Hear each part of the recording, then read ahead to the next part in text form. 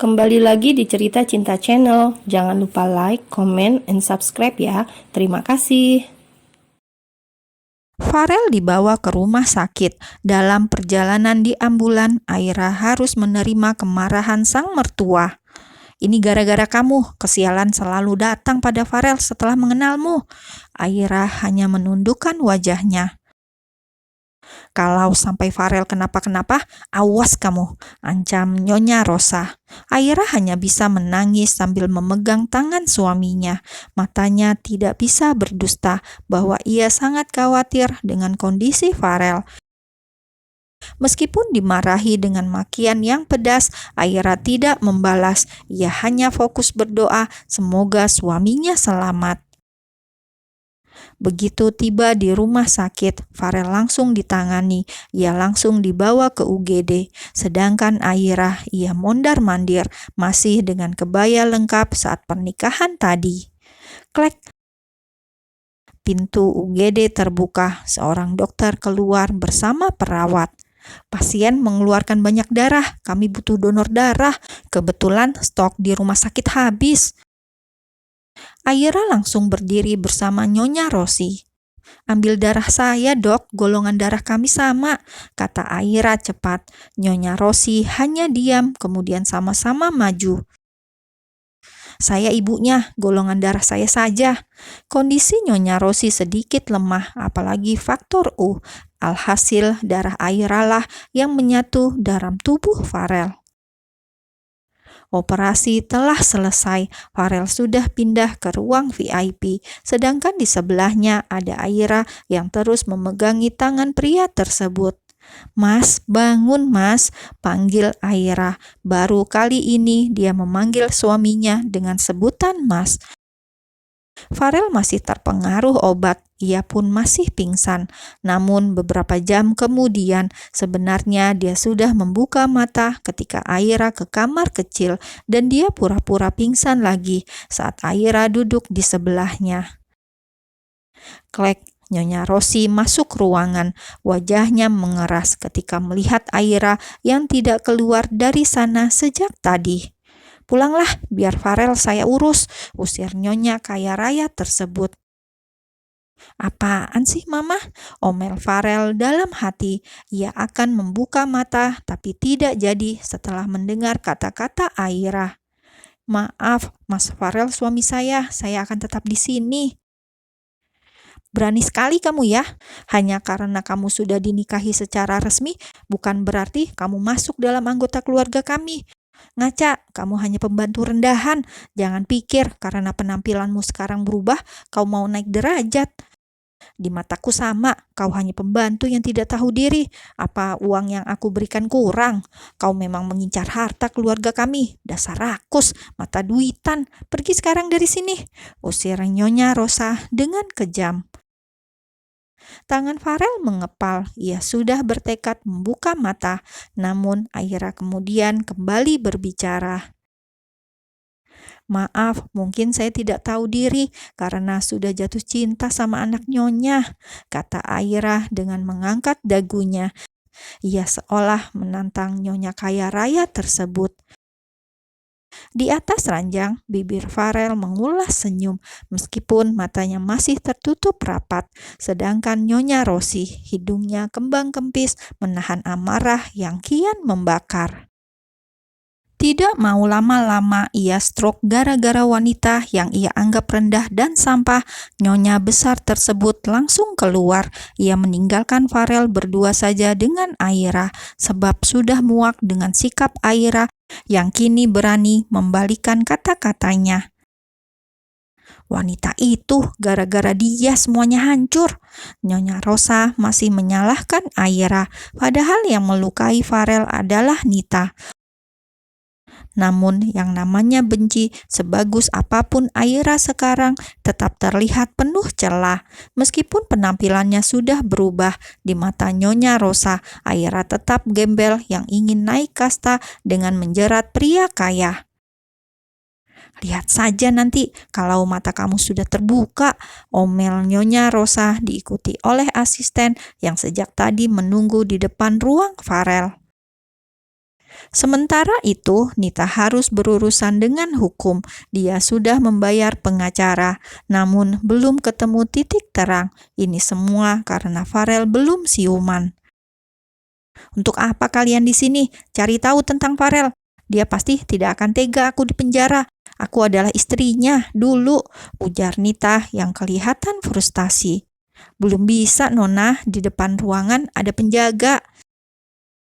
"Kalian ini jangan bodoh," omel Nita. "Lakukan apa saja, pokoknya aku mau keluar dari neraka ini," sentak Nita lagi sambil marah-marah pada tim pengacara. Semuanya jadi pusing. Sikap Nita yang arogan ditambah marah-marah membuatnya jadi pusat perhatian. Bahkan saat masuk sel tahanan, ia sempat ribut dengan penghuni yang lebih lama.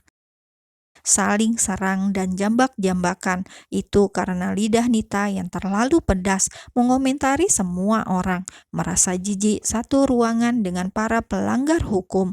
Nita merasa dia tidak salah. Dia adalah model top. Tempatnya bukan di tempat sekarang yang menurutnya sangat menginjak harga dirinya. Ketika Nita harus menerima karma satu persatu, lain halnya dengan mantan suaminya. Farel sudah siuman, ia bahkan sudah bisa makan. Aira dengan sabar menyuapi suaminya itu. Tentu kesempatan bagi Farel untuk mengambil banyak perhatian dari istrinya tersebut. "Sekali lagi, Mas," ucap Aira. Farel menggeleng. Sudah kenyang," jawabnya. Aira merawat suaminya itu dengan tulus. Entah mengapa, mengingat bagaimana Farel mendorongnya jauh untuk menyelamatkan dirinya, Aira terus terbayang-bayang hal itu. Ia mulai yakin bahwa cinta Farel padanya juga tulus, bahwa pria pemarah itu kini sudah menjadi laki-laki yang mencintai dirinya. Sudah 5 hari berlalu, Farel terus saja bertanya pada dokter kapan dia akan pulang. Aira sampai bosan karena suaminya tanya terus kapan bisa pulang. "Aira, tanyakan lagi sama dokter, sudah 5 hari kok belum boleh pulang juga." Farel menggerutu, pasalnya dia ingin segera pulang. Apa sekali mereka habis nikah tapi malah puasa. Padahal yang ditunggu adalah momen tersebut saat mereka sudah sah dan melakukan olahraga malam. "Sabar, lagian jahitan belum kering. Lagian Mas mau apa cepat-cepat pulang?" Bibir Farel langsung mengerucut. Jelas dia mau dokter-dokteran dengan Aira. Ini gara-gara Nita, membuatnya menunda terlalu lama. Tapi bagus juga, berkat Nita, Farel bisa manja-manja sama istrinya. Makan disuapi, mandi dibantuin. Pokoknya hubungan mereka menjadi jauh lebih dekat. Apalagi cara Aira bersikap sekarang jauh sekali. Gadis jutek itu kini jadi sangat perhatian, bahkan cara memanggilnya saja sudah berubah, membuat hidung Farel kembang kempis. Pagi itu ada kunjungan dokter. Farel langsung nyeletuk. "Dok, saya ini pengantin baru. Terus saya kapan boleh pulang?" Dokter pria tersebut langsung mengulas senyum. "Kalau pulang juga Bapak nggak bisa ngapa-ngapain. Tunggu ya Pak, beberapa hari lagi," terangsang dokter dengan ramah. Farel langsung membuang muka dan dia sempat melirik Aira yang menahan senyum. Tunggu ya, nanti kalau aku sudah pulih, kujamin kamu besoknya nggak bisa jalan," batin Farel yang kesal karena Aira malah menertawakan dirinya. Sudah beberapa hari berlalu, Nyonya Rosa sama sekali tidak muncul. Dia masih marah karena di sana ada Aira. Klek, Farel melihat pintu. Dilihatnya Aira masuk sambil membawa map besar. "Bagaimana?" tanya Farel dengan wajah penuh harap. "Kita bisa pulang sekarang, Mas. Jahitan Mas juga sudah bagus." "Dokternya mana? Suruh ke sini." "Hah? Aku mau konsultasi," jawab Farel cepat. Aira pun keluar lagi. Ia bertemu perawat saat mencari Dokter Farel. Ternyata sang dokter sedang menangani pasien. Jadi Aira kembali dengan tangan kosong. Mana dokternya? Lagi banyak pasien. Lah, aku kan juga pasien. Aira geleng-geleng. Mas mau apa sih? Urusan laki-laki, kamu gak perlu tahu. Aira langsung melotot menatap suaminya. Bibir Farel merekah mendapat sorot tajam dari Aira. Agak siang, Farel bertemu dokter sebelum pulang. Aira ingin tahu mereka bicara apa, tapi keduanya malah menatapnya dengan senyum. Jelas Aira merasa bete. Setelah semua administrasi lengkap, siang itu Farel pulang. Mereka dijemput supir dan langsung ke apartemen Farel. Ketika menuju apartemen, pas di perjalanan, Aira jadi kepo.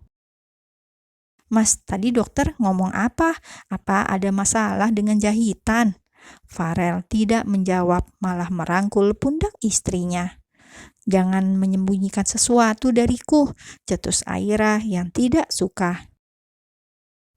Yakin mau tahu? Aira hanya melirik, kemudian Farel cepat-cepat berbisik, dan wajah Aira seketika menghangat. Astaga, pekiknya kaget.